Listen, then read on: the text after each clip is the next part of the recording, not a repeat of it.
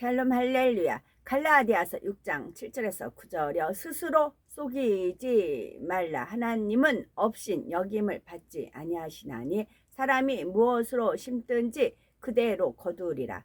자기의 육체를 위하여 심는 자는 육체로부터 썩어질 것을 거두고 성령을 위하여 심는 자는 성령으로부터 영생을 거두리라. 우리가 선을 행하되 낙심하지 말지니 포기하지 아니하면 때가 이름에 거두리라. 아멘. 심고 거두는 법칙입니다.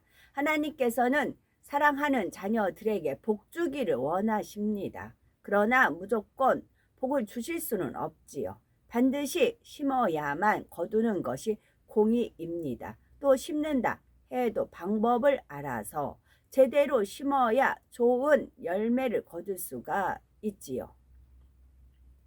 우리가 받아야 할 가장 큰 축복은 무엇보다도 영혼이 잘 되는 축복입니다. 영혼이 잘 되면 영원한 천국의 영광을 누릴 수 있고 이 땅에서도 무엇이나 구하는 대로 응답을 받을 수 있기 때문입니다. 그래서 때로는 하나님께서 우리의 영혼이 잘 되기까지 기다렸다가 물질이나 치료의 응답을 주시기도 하지요. 육적인 응답을 먼저 주시면 영적으로는 오히려 해가 되는 경우가 있기 때문입니다.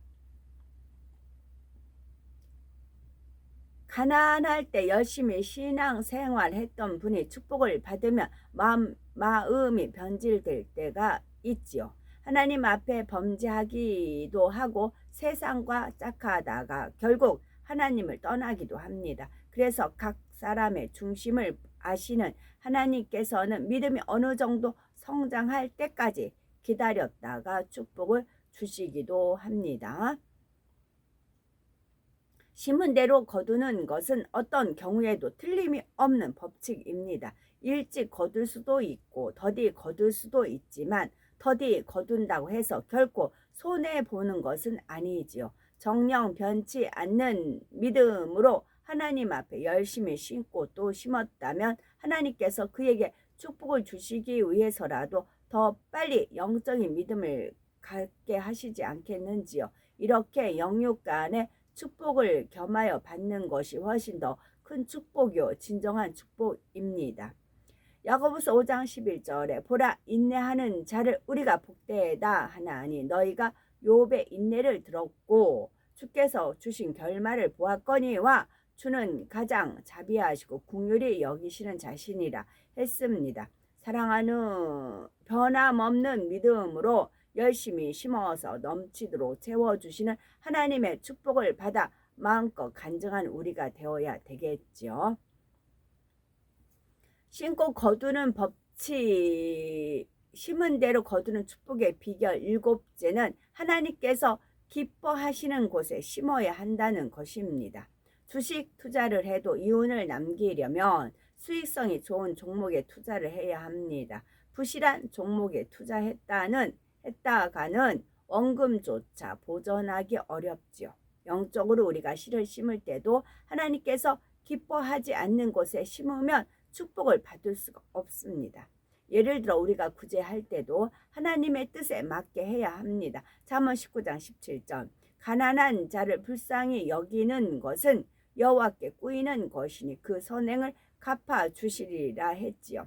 아무리 구제가 축복받는 길이라 해도 범죄하여 하나님께 징계받는 사람을 구제한다면 오히려 상대와 같이 연단을 받습니다. 계속 범죄하는데도 도와준다면 그가 계속 하나님께 불순종하도록 돕는 것과 마찬가지이기 때문이지요. 구약 성경 요낫을 보아도 알 수가 있습니다. 하나님께서는 요나에게 느느웨로 가라 하셨는데 요나는 그것이 싫어서 반대 방향인 다시스로 가는 배를 타고 도망갔습니다. 이 배가 항해하던 중 폭풍을 만나므로 사람들은 배의 짐들을 바다에 버려야 했지요. 이 배에 탔던 사람들은 요나 때문에 폭풍이 왔음을 알게 되었지만 요나를 차마 바다에 던질 수가 없었습니다. 이렇게 요나를 배에 태우고 있는 것 자체가 계속 하나님의 뜻에 거역하도록 돕는 것과 마찬가지였지요. 결국 생명이 위태로운 지경이 되어서 할 수 없이 요나를 바다에 던지니 그제야 풍랑이 그치고 평안해졌습니다. 구제뿐만 아니라 예물을 드리는 것도 우리가 잘 분별해서 해야 합니다. 만약 사단의 역사로 분쟁과 불화가 있고 불의가 가득한 곳에 심었다면 하나님께서 축복으로 거두게 하실 수가 없습니다. 반면 하나님께서 기뻐하시는 곳에 또 기뻐하는 사람에게 심을 때는 하나님께서도 기쁨으로 거두게 하시지요. 마태복음 10장 40에서 42절에 예수님께서 말씀하셨습니다. 너희를 영접하는 자는 나를 영접하는 것이요 나를 영접하는 자는 나 보내신 이를 영접하는 것이니라. 선지자의 이름으로 선지자를 영접하는 자는 선지자의 상을 받을 것이요 의인의 이름으로 의인을 영접하는 자는 의인의 상을 받을 것이요 또 누구든지 제자의 이름으로 이 소자 중 하나에게 냉수 한 그릇이라도 주는 자는 내가 진실로 너희에게 이르노니 그 사람이 결단코 상을 잃지 아니하리라. 어린 소자에게라도 정녕 믿음이 심어진다면 그 상은 주님으로부터 받는다 했습니다. 기왕이면 소자의 상보다는 선지자를 영접하고 의인을 영접하여 선지자의 상, 의인의 상을 받는 것이 더 큰 축복이지요. 창세기 12장 3절에 보면 하나님께서 아브라함을 복의 근원으로 세우시면서 말씀하십니다. 너를 축복하는 자에게는 내가 복을 내리고 너를 저주하는 자에게는 내가 저주하리니 땅의 모든 족속이 너를 인하여 복을 얻을 것이니라 하셨지요. 이런 아브라함과 함께하는 것만으로도 롯은 거부가 되는 축복을 받았습니다. 또 아브라함이 롯을 마음에 품었기에 하나님께서는 소돔의 멸망 중에 롯뿐만 아니라 그 가족까지 구원해 내셨지요. 사랑하는 아브라함의 마음에 품은 사람을 하나님도 기억해 주셨던 것입니다. 이렇게 하나님께 사랑받는 사람들로 인해 그와 연관된 사람들이 축복받는 장면이 성경에는 자주 나옵니다. 더구나 아브라함처럼 축복권과 저주권이 있는 하나님의 사람들은 그들이 주관을 받아 축복을 빌어줄 때 상대에게 그 축복이 그대로 임하지요. 이럴 때도 그냥 축복을 빌어주는 것이 아니라 상대가 축복받을 그릇을 준비하게 하시는 것입니다. 예를 들어서 이삭은 장자인 에서에게 장자의 축복을 빌어주려고 할 때에도 먼저 별미를 만들어 가져오라고 하셨죠. 이삭은 육의 아버지로서 아들에게 축복하는 것이 아니라 하나님의 사람으로서 영적인 법칙을 따라 축복하고자 했던 것입니다. 사무엘상 9장에 보면 사울이 왕이 되기 전 선견자에게 가서 자신의 갈 바를 묻고자 할 때도 그에게 드릴 예물을 준비하는 것을 봅니다. 신고 거두는 법칙을 알기 때문이지요. 이 밖에도 성경에 보면 하나님의 사람에게 믿음으로 심어서 큰 축복을 거두는 사건들이 곳곳에 나옵니다. 열왕기상 17장에 보면 엘리야를 공개하여 극심한 가뭄 속에서도 양식을 얻는 한 과부의 기록이 있지요. 온 나라가 기근으로 양식을 구하기 어려웠고 이 과부에게 남은 양식은 가루 한 움큼과 기름 조금뿐이었습니다. 그것으로 아들과 함께 떡을 만들어 먹고 나면 이제 굶어 죽기만 기다려야 할 처지였지요. 열왕기상 17장 13, 14절에 보면 엘리야가 말합니다.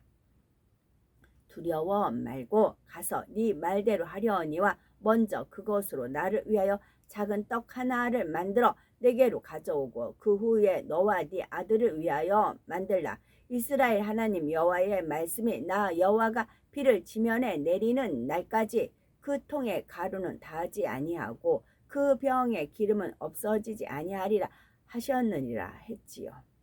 상식적으로 볼 때는 염치가 있는 사람이라면 상대에게 마지막 남은 양식을 자기에게 먼저 달라고 청할 수는 없습니다. 그러나 엘리야에게는 확신이 있었습니다.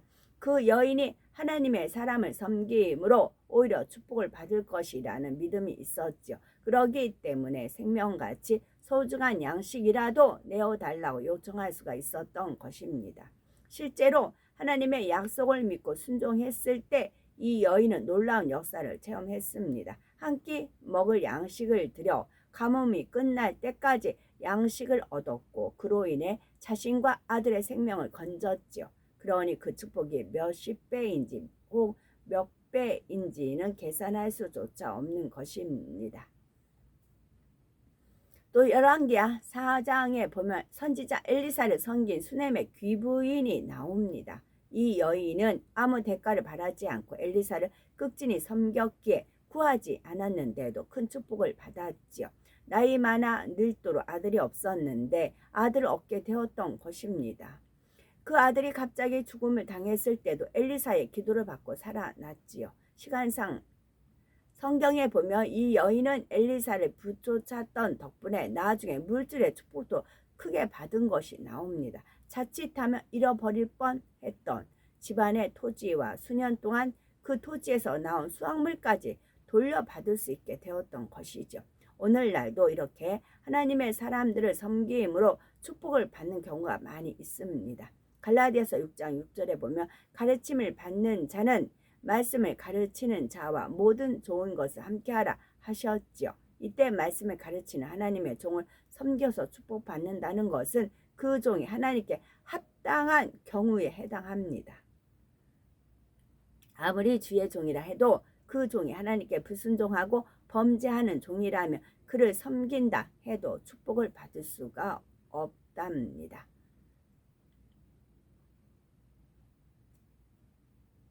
양떼에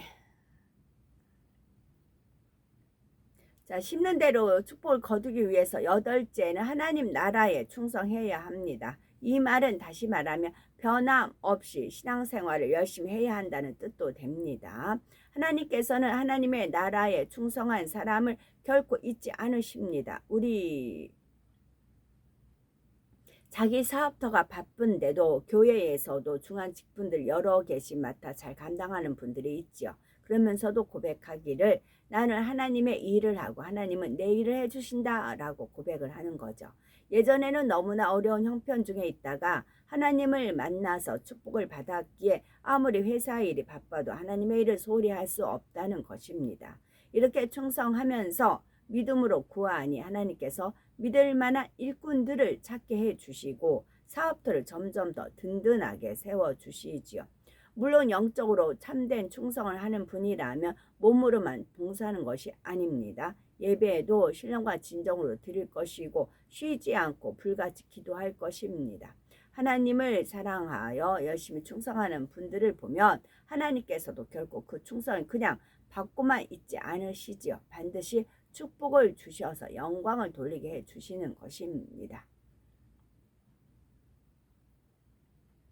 우리가 어떤 분들은 축복받기 전에는 열심히 사명을 감당했는데 축복을 받아서 사업터가 바빠지니 사명을 소홀히 하는 경우도 있지요. 이런 경우를 보면 대부분은 사명만 게으리 한 것이 아니라 신앙생활 자체가 변질됩니다.